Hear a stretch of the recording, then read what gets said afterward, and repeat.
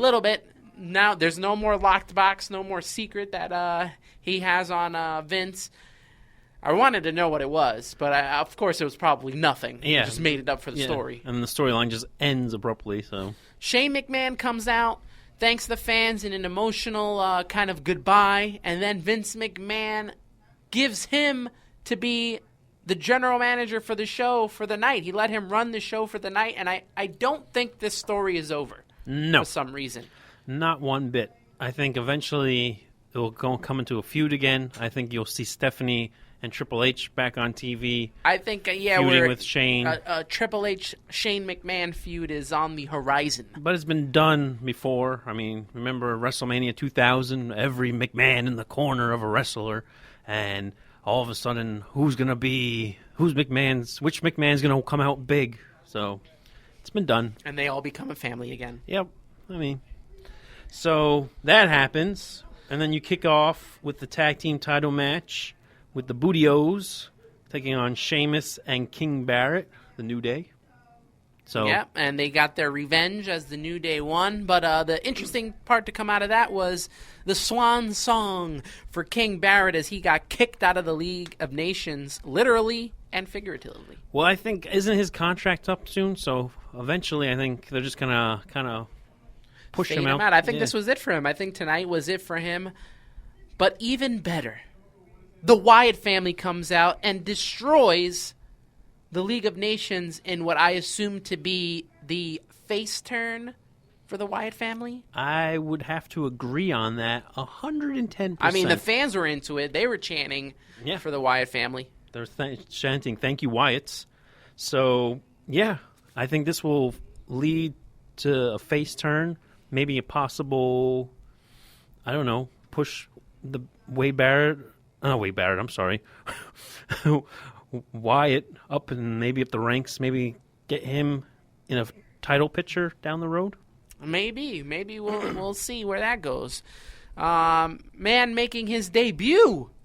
Wow, that sounded weird. His debut, his Raw debut, his WWE debut from NXT, Apollo Crews made quick work of Tyler Breeze. Yeah, I mean, it was a squash. Tyler Breeze, I don't see him making any waves. What do you think of Apollo Crews?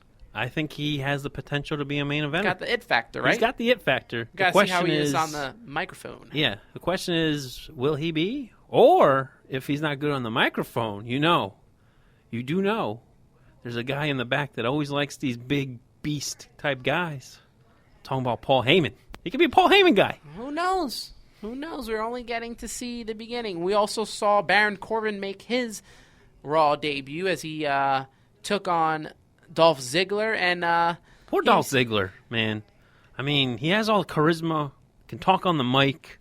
Now he's just pushing new faces. That's all that's really happening. Wrestlers on the board. And, hey, Baron Corbin did his job of being the ultimate heel, and that's all you could ask for from him in that part. There's a double count out, by the way, in case anybody... But the end of days?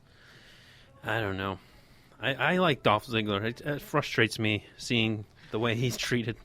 It's kind of now we have to move past the life Dolph Ziggler and just deal with what they're going to do with him.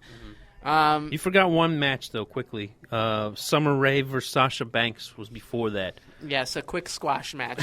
So, the boss... Again, the women not getting their due diligence after taking care of business at WrestleMania. When they probably had the match of the night, in our opinions. But whatever. Next, you have the Intercontinental title match. The Miz versus Zack Ryder. Did we not see this coming from a mile away? Yeah, we did. I mean, you have Zack Ryder all emotional over his big victory. You have his father there. You have him taking pictures in the back with Razor Ramon. So, of course, who decides to spoil the party? The Miz. I mean, the best part of that whole match is just seeing Maurice once again. I would have to agree on that. But I'm so sick of The Miz. The Miz is even entertaining. He had his one-hit wonder title run, and now you're going to give us back, put him in the Intercontinental champion? Like, come on. I mean, The Miz better be very well entertaining with this Intercontinental title run. He's not. That's the thing. He's not. He doesn't do it for me. Does he do it for you? Uh, See, you're lost of words over here. I was getting into his title reign up until WrestleMania, where they had the worst main event in history against John Cena. Mm-hmm. It was all good until then. And now the Miz is, what are they trying to push him back up? Or he's a permanent mid-carder for me anyway. Mm-hmm. So, I mean, let's see where he goes with the Intercontinental title. I never like when they just take the title off of somebody. They do like an emotional story. Then they did the same thing to Christian when he won the world title, gave it back to Randy Orton. And I just don't like those kind of storylines. But we'll see where this goes. Something that they did set up pretty nicely was a little feud between Charlotte and Natty, and which I think could be something big. You can even involve Jim the Anvil Neidhart in there for some way. Somehow. I like that. That's a good way to kick off the Raw heading towards now SummerSlam. I could see that as a potential feud. That could go on for a while. And you know what? Natty deserves a run she does. here. She's from like a big wrestling family. Now you have the chance to put together two storylines for wrestlers. You can have Sasha Banks go against Becky Lynch for a while, and you can have Natty take on Charlotte for the title. Can we have more than just one thing going on for the women? I agree. I'm all for this women division. You can even do three things if you really want to. I will support it to the end. You can do three things. You could get Emma involved in some way. Emma and Paige. Yeah. Come on, man. There's your show. Right then and there, my friend. Right then and there. How much more do we have to protect these ladies? It's frustrating. Then what else you had? You had a table match between the Usos and the Dudley Boys. Surprise, surprise. Another Usos-Dudley Boys match. But who cares at this point? What we all care about is the big debut of Enzo and Cass. That's what everyone cared about. Do you know that Enzo is from Waldwick, New Jersey? Did you know that? Interesting news. I found that out the other day because somebody on my Facebook posted like a video of the TV and said, look who I saw on TV. And apparently they used to work with him, I guess, when he worked at a restaurant in Bergen County, New Jersey area where I'm from. So what a great character Enzo and Cass are. And they got a huge pop. Did you hear They had it? a huge pop. They had the fans going. And the only thing missing was Carmella. So does that mean she stays in NXT? Or maybe she comes up, but a nice feud maybe. Can we get a new feud between now the Dudleys and Enzo and Cass? Now we have another tag team up. Also, we are getting the Vaudevillains up there, who are another good tag team from NXT. Keep bringing these tag teams up. Can we have a real tag team? Now that you've somewhat kind of fixed the women's division somehow. Fix the tag team. Can you fix the tag team division and not just put two people together for the sake of putting them together? Hence Goldust and R-Truth. But the only problem with that is with NXT, I'm worried about because when NXT tag teams come up, they fight for a couple of months, and then what happens? They start losing. Now it's time to send the Ascension back down, or send them down. They can go back and forth. With people go to NXT and WWE all the time, and they go back and forth. Almost like the minor leagues and major leagues. Like, yes. You play a few games, so we don't need. Epico and Primo are coming back, repackaged. Yeah, that's true. You saw that. I mean, we have tag team. Let's make a tag team division matter, please. I would agree, but the big match was the number one contenders for the Fatal 4-Way. We have Kevin Owens taking on Chris Jericho, AJ Styles. And it was supposed to be Sami Zayn. He got taken out. But then you had the return of the one, the only, Cesaro. And did he get a big pop or what? Oh, yes. What a pop Cesaro got making his return. It was awesome. The match was awesome. That match could have main evented WrestleMania. Mm-hmm. Or a pay-per-view at least. Mm-hmm. I agree.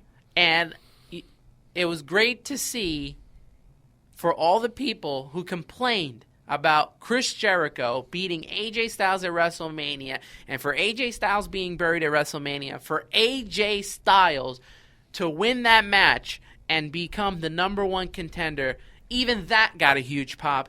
And now, finally, hopefully, fingers crossed, we finally get the Roman Reigns heel turn we've been waiting for. You just took the words right out of my mouth, my friend, because I feel this match is going to lead up to Roman Reigns turning heel. The fact of the matter is, when he had that promo on Raw following night, he kind of was like, I'm not a bad guy, and people were booing him like crazy. This is what you need to do. If you remember correctly, his cousin, The Rock, was Rocky Maivia. When he debuted, he was booed left and right, and what happened? He turned heel. And what happened when he turned heel? Everybody fell in love with him. He was the champion. He became the people's champion. Then he moved on to be the corporate champion, and the rest is history. Yes. I got a little emotional over here. You did. You did get it. I can feel the emotion coming out of you. I feel... I mean, who better to have Roman Reigns turn heel against than the person who's probably one of the most over wrestlers right now in the WWE, AJ Styles, the indie darling. I'll take it one step further for you. Here's what else you could do. Now the Usos and the Dudleys are done. Turn the Usos heel. Have them join Roman Reigns. Start a faction, some kind of Samoan faction. If you want, bring... I wouldn't bring Samoa Joe up. Just have the three of them. Tamina could be in, yeah. Why not? Give her something to do. She needs a directional path going down in wrestling. Why not? Team Bad isn't doing anything. That's over with. All I know is, in a month, we will be at Extreme Rules, and I better see Roman Reigns versus AJ Styles in some kind of Extreme Rules fight for the title. Unfortunately, it will be PG era still, so don't get your hopes up. I don't care if they don't bleed. That doesn't matter. I just want the match bleeding. to be good. No, I don't need bleeding either. Beatings. Just do something. Even a leather strap match. Remember those matches back in the day? Even those were entertaining. So, I mean, just do something. Well, we have Payback coming up next at early May, and then at the end of May, we're going to Extreme Rules in Newark. Let us know if you guys are heading out to there, and maybe we can catch up and talk a little wrestling. One quick note that is wrestling related, and then we'll probably wrap up the show. Remember our good friend who's in the WWE, our good wrestler, Damian Sandow? Mm-hmm. Apparently, there's a petition going out now that you can go up and sign. If you Google Damian Sandow, you can go find a petition, sign it to give Damian Sandow more TV airtime. Because let's be honest, what has happened with him over the past year? Not much. He was over with the fans with the whole stunt double for The Miz. And then he just kind of, after he threw him over in the Battle Royal last year, he just got lost in the shuffle once again. So if you're interested in saving, I guess you could say, Damian Sandow, maybe get him out of his contract or get him on TV. Throw him on NXT already. I mean, then go online and sign up this contract. Apparently, there's a whole bunch of people already signing this petition. So, I mean, what else?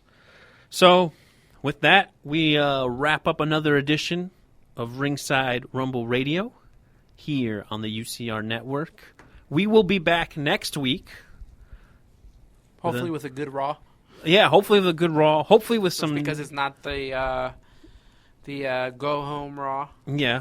So hopefully we'll have a good Raw, maybe even a good SmackDown, maybe even some new storylines since we're getting new talent coming in left and right. You are listening to Ringside Rumble Radio. Remember to tune in next week.